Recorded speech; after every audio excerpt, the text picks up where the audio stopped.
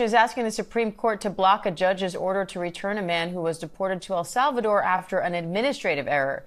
Kilmar Armando Abrego Garcia's wife, who's a U.S. citizen, identified him in this prison photo.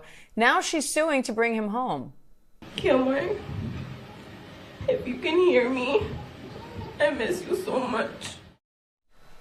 The judge called his deportation illegal and ordered the administration to facilitate his return. But the administration's appealing and placing two of its own attorneys on leave, saying they failed to zealously advocate for the government's interests. Let's bring in ABC's Alex Prechet for more. Alex, on top of that, the government's also saying it's just not feasible to get him back to the U.S. now. So what's the latest on this case?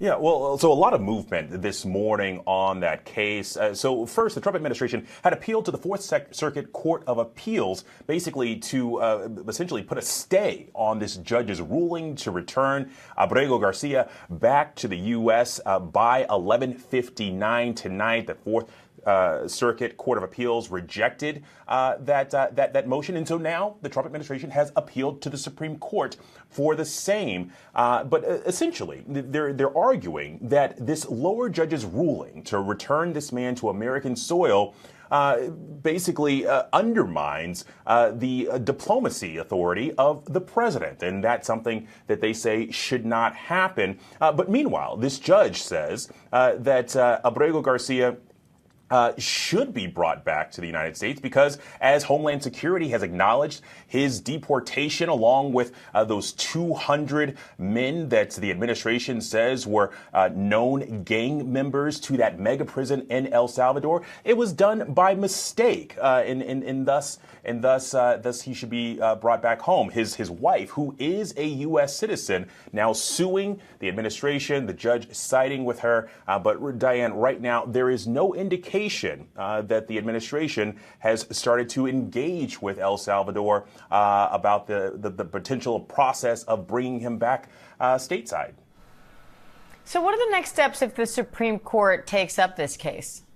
Well, what's interesting here is that the clock is really ticking here, but thus far there is no indication that the Supreme Court will actually rule in this thus far, and so. You know, it's setting up another one of those big legal challenges between the administration and the courts. They've already lost, at least now, in 2 rounds of lower courts. And so now they're obviously appealing to the highest court in the land.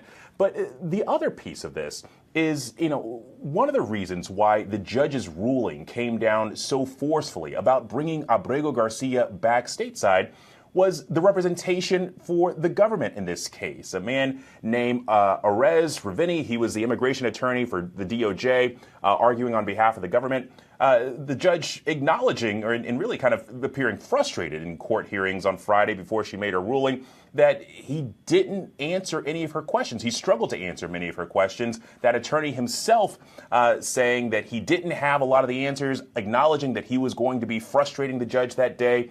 And based off of that, he has now been